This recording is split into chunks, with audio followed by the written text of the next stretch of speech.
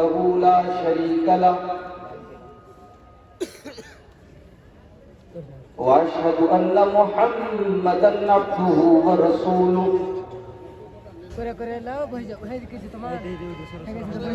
يا أيها الذين آمنوا اتقوا الله حق تقاته ولا تموتن إلا وأنتم مسلمون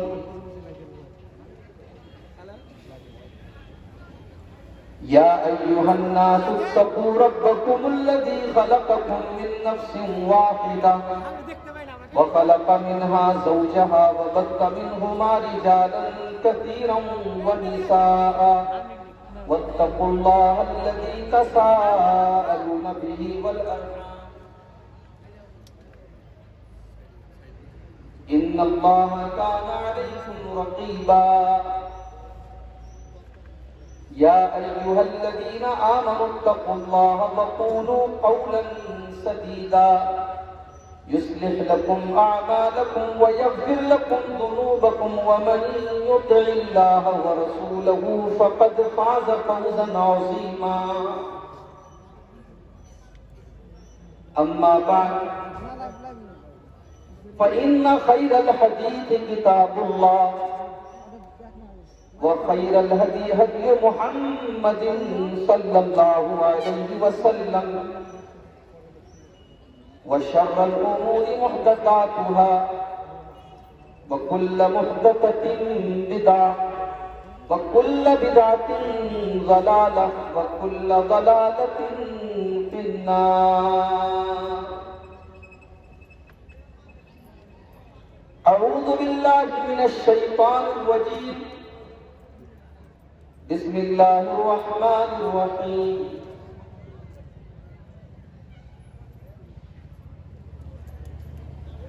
قل إنما أنا بشر مثلكم يوحى إلي أنما إلهكم إله واحد ومن كان يرجو لقاء ربه فليعمل عملا صالحا ولا يشرك بعبادة ربه أحدا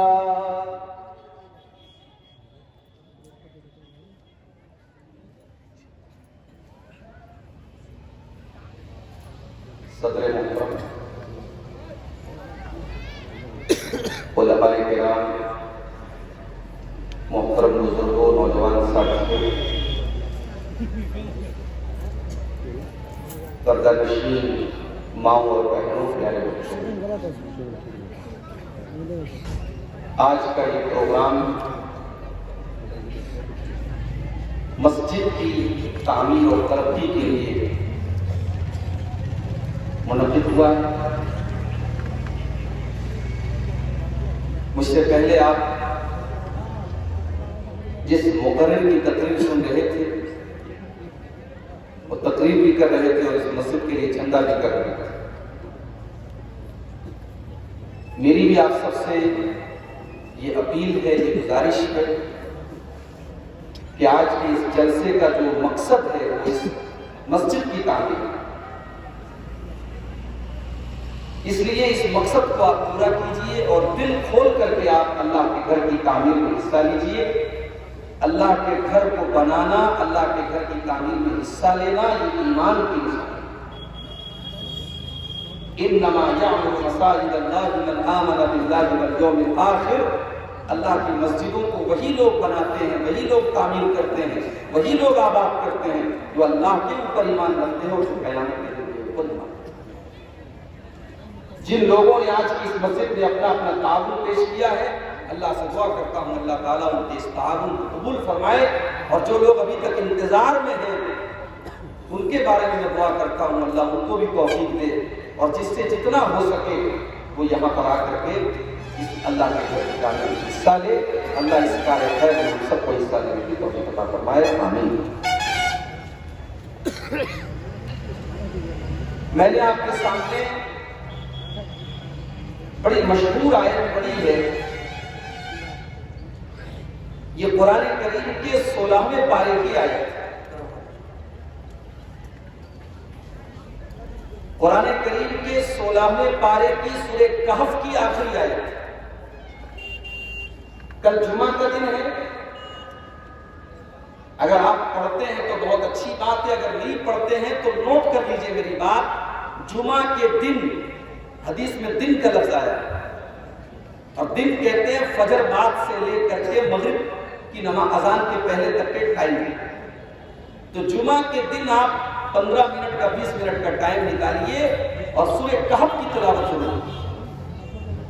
اللہ کے پیارے نبی صلی اللہ علیہ وسلم کی صحیح حدیث ہے کہ جو جمعہ کے دن سورہ کہف کی تلاوت کرتا ہے اگلے جمعہ تک اس کو اللہ تبارک و تعالیٰ ایک روشنی دیتا ہے، ایک نور دیتا ہے، اور اس کی زندگی پر اس نور کا اثر محسوس ہوتا ہے۔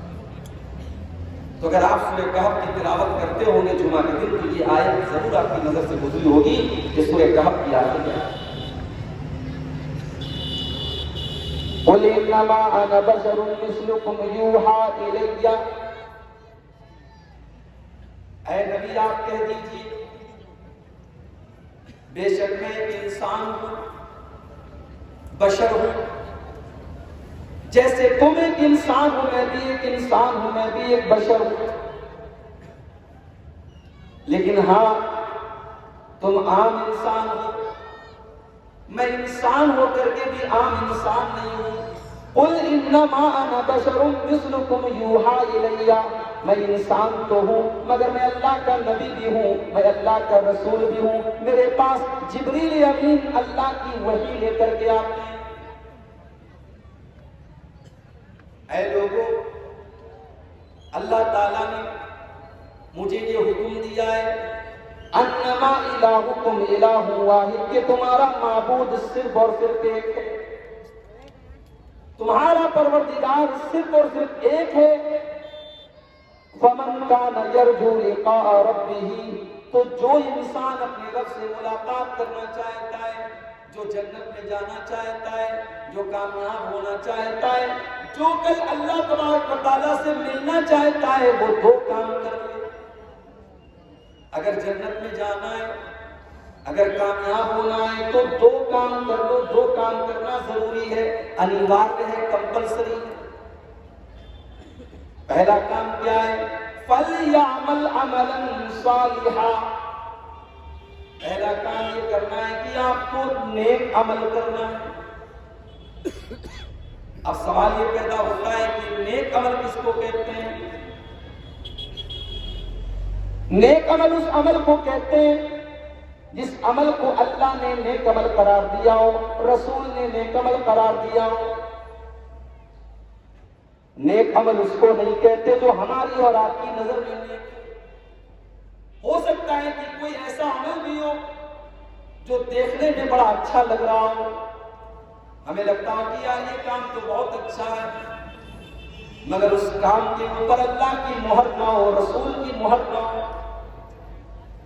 اگر ایسا عمل ہے تو اس عمل کو نیک عمل نہیں کہا جائے گا، بلکہ اس عمل کو شریعت کے اندر بدعت کہا جائے گا۔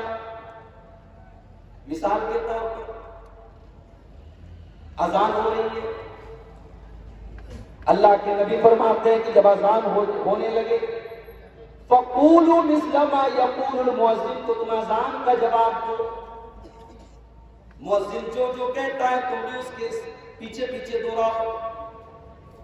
جب اذان ہو جائے ثُمَّ صَلُّوا عَلَيَّ، پھر تم میرے اوپر درود پڑھو۔ ثُمَّ صَلُّوا اللَّهَ لِيَ الْوَسِيلَةَ، اور پھر تم اللہ تعالیٰ سے میرے لیے وسیلہ کی دعا کرو۔ وسیلہ جنت میں ایک اعلیٰ مقام کا نام ہے جو اللہ تعالیٰ ہمارے اور آپ کے نبی کو عطا فرمائے۔ تو ہم اذان کے بعد کون سی دعا پڑھتے ہیں؟ اللہم رب هذه الدعوة التامة والصلاة القائمة آت محمدا الوسیلة والفضیلة وابعثه مقاما محمودا الذی وعدتہ۔ اللہ کے نبی فرماتے ہیں کہ اذان کا جواب دو، پھر میرے اوپر درود پڑھو، پھر میرے لیے اللہ سے وسیلہ کا سوال کرو۔ یہ تین کام اگر تم نے کر لیا، اللہ کے نبی فرماتے حلت لہو شفاعتی، کل قیامت کے دن اس کو میری شفاعت ملے گی۔ اگر وہ گنہگار ہوگا، وہ خطا کار ہوگا، میں اللہ کی بارگاہ میں سفارش کروں گا کہ اللہ یہ اذان سنا کرتا تھا، اذان کا جواب دیا کرتا تھا، یہ درود پڑھا کرتا تھا، یہ اللہ ہمارا باز دعوت تامہ والی دعا پڑھا کرتا تھا، میں ایسے انسان کے لیے اللہ کی بارگاہ میں شفاعت کروں گا۔ لیکن آپ بہت سارے لوگوں کو دیکھتے ہو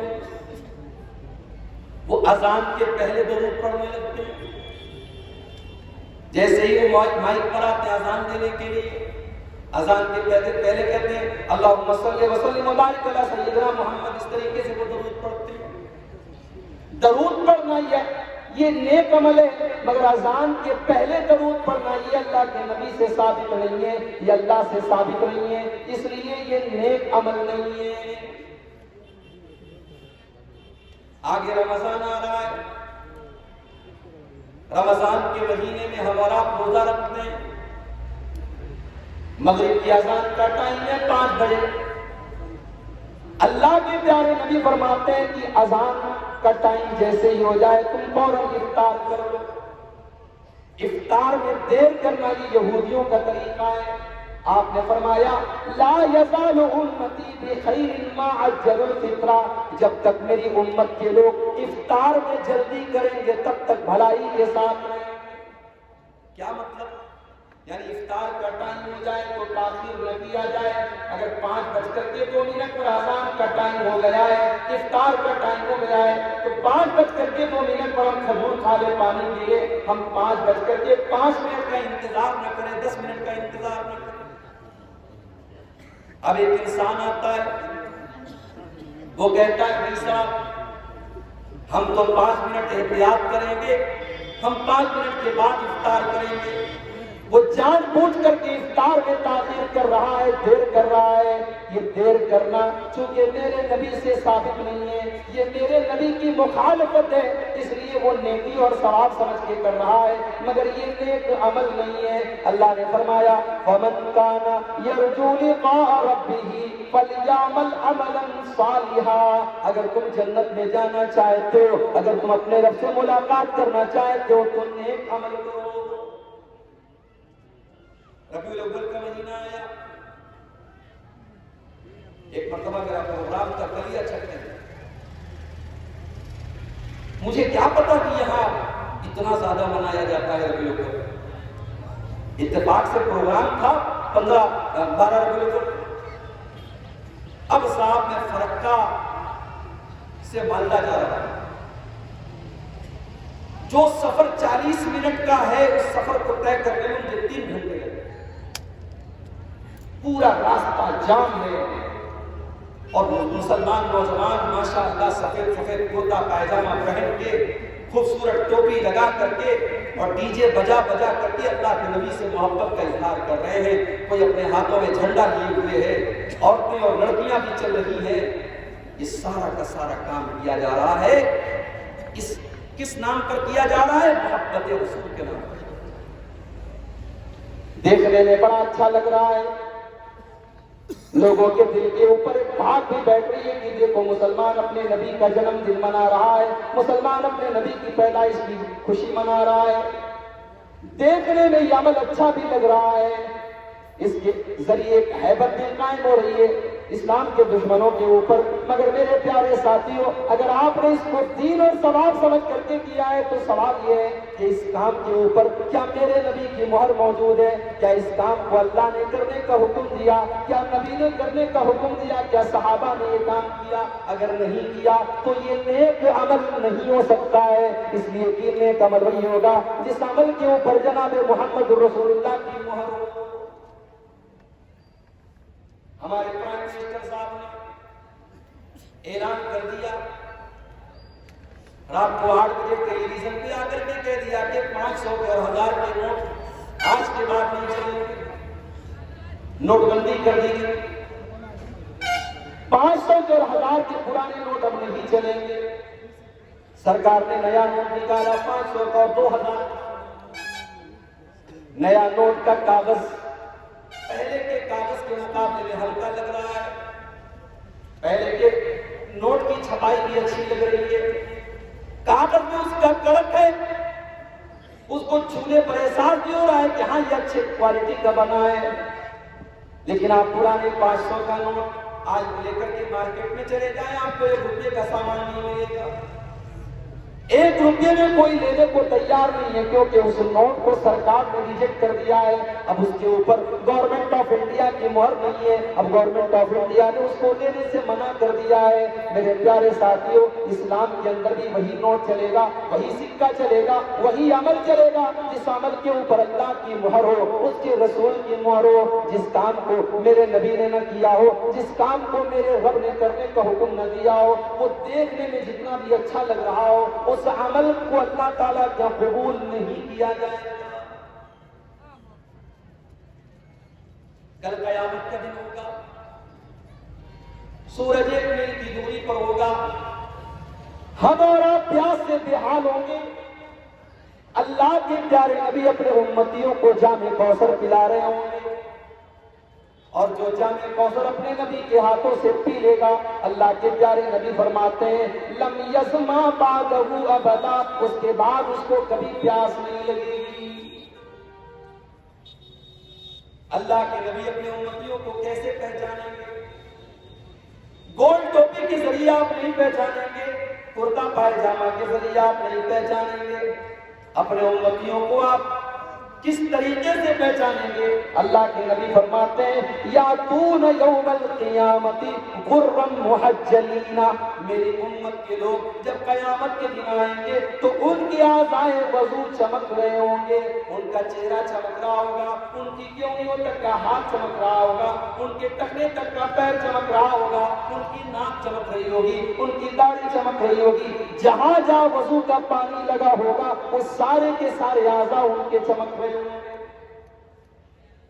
اور جو بیچارہ نماز نہیں پڑھتا اس کا کہاں سے چمکے گا؟ وہ تو دھتکار دیا جائے گا، اسے قیامت کے دن اللہ کے نبی کے ہاتھوں کوثر کا جام نصیب نہیں ہوگا۔ اللہ کے پیارے نبی کے ہاتھوں کوثر کا جام اس کو نصیب ہوگا جو دنیا میں باوضو رہتا تھا، نمازی تھا، 5 ٹائم پابندی سے نماز پڑھتا تھا، اس کو اللہ کے نبی جام کوثر عطا فرمائے۔ آپ کے بنگال سے بنگلہ دیش کی بارڈر قریب ہے،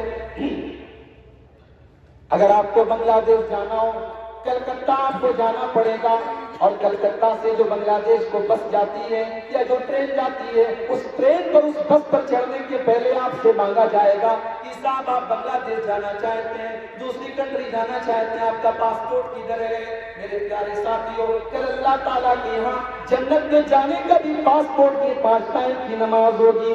یہ پاسپورٹ اگر ہمارے پاس نہیں ہے، اللہ کی قسم ہم جنت میں نہیں جائیں گے۔ ان اول ما یحاسب بہ العبد یوم القیامۃ صلاۃ، قیامت کے دن سب سے پہلا سوال ہم سے نماز کے بارے میں کیا جائے گا۔ ہمارا نوجوان وہ بیچارہ تو نیا سال منانے میں مگن ہے، چلے جاؤ پاپڑ کی مارکیٹ میں، چلے جاؤ فرقہ کی مارکیٹ میں، چلے جاؤ مالٹا کی مارکیٹ میں، نیا سال کا کارڈ لینے والوں میں غیر مسلموں کے ساتھ ساتھ مسلمان نوجوان لڑکے بھی آپ کو مل جائیں گے، لڑکیاں بھی آپ کو مل جائیں گی۔ 31 دسمبر کی رات میں جب ناچ گانا ہو رہا ہوگا، جب شراب کا دور چل رہا ہوگا، جب رنگ رلیاں منائی جا رہی ہوگی، اس سارے جشن کے اندر مسلمان بھی شامل ہوتا ہے۔ شرم آنی چاہیے، شرم آنی چاہیے۔ وَزَامِتُمْهُ النَّصَارَىٰ، تو تمدن میں ہنود، یہ مسلمان ہے جنہیں دیکھ کے شرمائیں گے۔ میرے پیارے ساتھیوں، ہمارا نیا سال تو محرم کے مہینے میں شروع ہوتا ہے، اور 1 محرم کو ہمارے نئے سال کی پہلی تاریخ ہوتی ہے۔ ہمیں تو 1 محرم کو نیا سال منانے کا حکم نہیں ہے، ہم 1 جنوری کو کیسے منانے لگے؟ یہ تو وہی بات ہو گئی بیگانے کی شادی میں عبداللہ دیوانہ، یہ نہ ہمارا کیلنڈر ہے، نہ اس کا ہماری تاریخ سے کوئی تعلق ہے، اور اس کا جشن منا رہے ہیں۔ اور کس بات کا جشن منا رہے ہیں؟ کس بات کا؟ اگر 2022 میں آپ 29 سال کے تھے اور 2023 شروع ہو چکا ہے، اس کا مطلب کہ آپ 30 سال کے ہو گئے یا ہونے والے ہیں۔ اس کا مطلب یہ ہوا کہ آپ کی زندگی کا 1 سال اور کم ہو گیا ہے، آپ اپنی موت سے 1 قدم اور قریب ہو چکے ہیں، اب آپ کی زندگی 1 قدم اور آگے بڑھ چکی ہے۔ میرے پیارے ساتھیوں، 2022 ختم ہو رہا ہے، 2023 شروع ہو رہا ہے۔ یہ ناچنے کا موقع نہیں ہے، یہ گانے کا موقع نہیں ہے، یہ تو سوچنے کا موقع ہے، یہ تو رونے کا موقع ہے، یہ تو افسوس کرنے کا موقع ہے کہ اے اللہ 1 سال میری زندگی کا اور نکل گیا۔ اے اللہ، میں پہلے بھی قرآن نہیں پڑھتا تھا، اب بھی نہیں پڑھتا ہوں، میں پہلے بھی نماز نہیں پڑھتا تھا، اب بھی پڑھتا ہوں، میں پہلے بھی غلط کام کرتا تھا، اب بھی کرتا ہوں۔ اے اللہ، تو نے مجھے سدھرنے کا، مجھے اصلاح کرنے کا 1 موقع اور دیا تھا، لیکن میں نے اس کو بھی گنوا دیا۔ نیا سال شادی کی سالگرہ منا رہا ہے، بچے کا برتھ ڈے منا رہا ہے، اچھے اچھے اہل حدیثوں کے گھر میں بھی برتھ ڈے منایا گیا۔ میرے پاس کبھی کبھی واٹس ایپ پر اسٹیٹس میں دیکھتا ہوں، کسی جاننے والے کا اسٹیٹس دیکھتا ہوں تو بچے کو لمبی والی جو ٹوپی لگاتے ہیں برتھ ڈے کے موقع پر وہ ٹوپی لگا رہے ہیں اور تالی بجا رہے ہیں اور کیک کاٹ رہے ہیں۔ یہ سب مسلمان کر رہے ہیں۔ کیا آپ نے اللہ کے نبی کی وہ حدیث نہیں سنی؟ من تشبہ بقوم فہو منہم، جو کسی قوم کی نقل کرتا ہے وہ انہی لوگوں کے ساتھ اٹھایا جائے گا۔ یہ برتھ ڈے منانا یہ اسلام کا طریقہ نہیں ہے، یہ شادی کی سالگرہ منانا یہ اسلام کا طریقہ نہیں ہے۔ میرے بھائیوں، بیوی سے محبت سال میں 1 دن نہیں کرنا ہے، 360 دن کرنا ہے۔ بچے سے محبت کرنا یہ کسی 1 دن کا کام نہیں ہے۔ بچے کو کیک کھلانا ہے تو کبھی نہیں کھلا دو، اس کے لیے برتھ ڈے منانے کی ضرورت نہیں ہے۔ آپ اپنے بیوی بچوں سے، اپنے ماں باپ سے سال کے 360 دن پیار کرو۔ نہ کوئی مدرس ڈے اسلام کے اندر ہے، نہ کوئی فادرس ڈے اسلام کے اندر ہے، نہ کوئی شادی کی سالگرہ اسلام کے اندر ہے، نہ برتھ ڈے اسلام کے اندر ہے۔ نماز نہیں پڑھتا ہے ہمارا، اللہ کے نبی کیسے پہچانیں گے؟ آپ پہچانیں گے اپنی امت کے لوگوں کو کہ ان کے اعضاء وضو سے چمک رہے ہیں۔ اللہ کے نبی کچھ لوگوں کو کوثر کا جام پلانے کی کوشش کریں گے، فرشتے کہیں گے رک جائیے۔ اے اللہ کے نبی اسٹاپ اٹ، رک جائیے۔ They are not allowed to drink۔ اے اللہ کے نبی، یہ لوگ جام کوثر پینے کے لائق نہیں ہیں، ان کو اجازت نہیں ہے۔ اللہ کے نبی پوچھیں گے اے فرشتوں تم کیوں منع کر رہے ہو؟ کیا قصور ہے ان کا، کیا غلطی ہے کہ ان کو جام کوثر پلانے سے تم منع کیوں کر رہے ہو؟ فرشتے کہیں گے اللہ کے نبی انک لا تدری ما احدثوا بعدک، اے اللہ کے نبی آپ نہیں جانتے کہ انہوں نے آپ کے بعد دین کے اندر کتنے نئے نئے کام نکالے۔ آپ کے بعد انہوں نے دین کی شکل کو بدل ڈالا تھا۔ محرم کے مہینے میں یہ الگ بدعت کرتے تھے، سفر کے مہینے میں یہ الگ بدعت کرتے تھے، ربیع الاول کے مہینے میں یہ جلوس نکالتے تھے، ربیع الثانی کے مہینے میں یہ 11ویں مناتے تھے۔ اے اللہ کے نبی آپ نہیں جانتے کہ ہر مہینے میں یہ کوئی نہ کوئی نیا کام کرتے تھے، انہوں نے آپ کے دین کو بدل ڈالا۔ جیسے ہی اللہ کے نبی کو پتا چلا کہ یہ بدعتی لوگ ہیں، انہوں نے میرے دین کو بدل ڈالا تھا، حدیث کے الفاظ ہیں، بخاری اور مسلم کی روایت ہے، اللہ کے نبی بڑے غصے سے فرمائیں گے سحقاً سحقاً لمن غیر بعدی، اے فرشتوں ان کو گھسیٹ کر کے جہنم میں لے کر کے چلے جاؤ، انہوں نے میرے دین کو بدل ڈالا، انہوں نے میری شریعت کو بدل ڈالا، ان بدبختوں کو جہنم میں لے کر کے چلے جاؤ اور ان کی غلطیوں کو اللہ کے نبی دھکار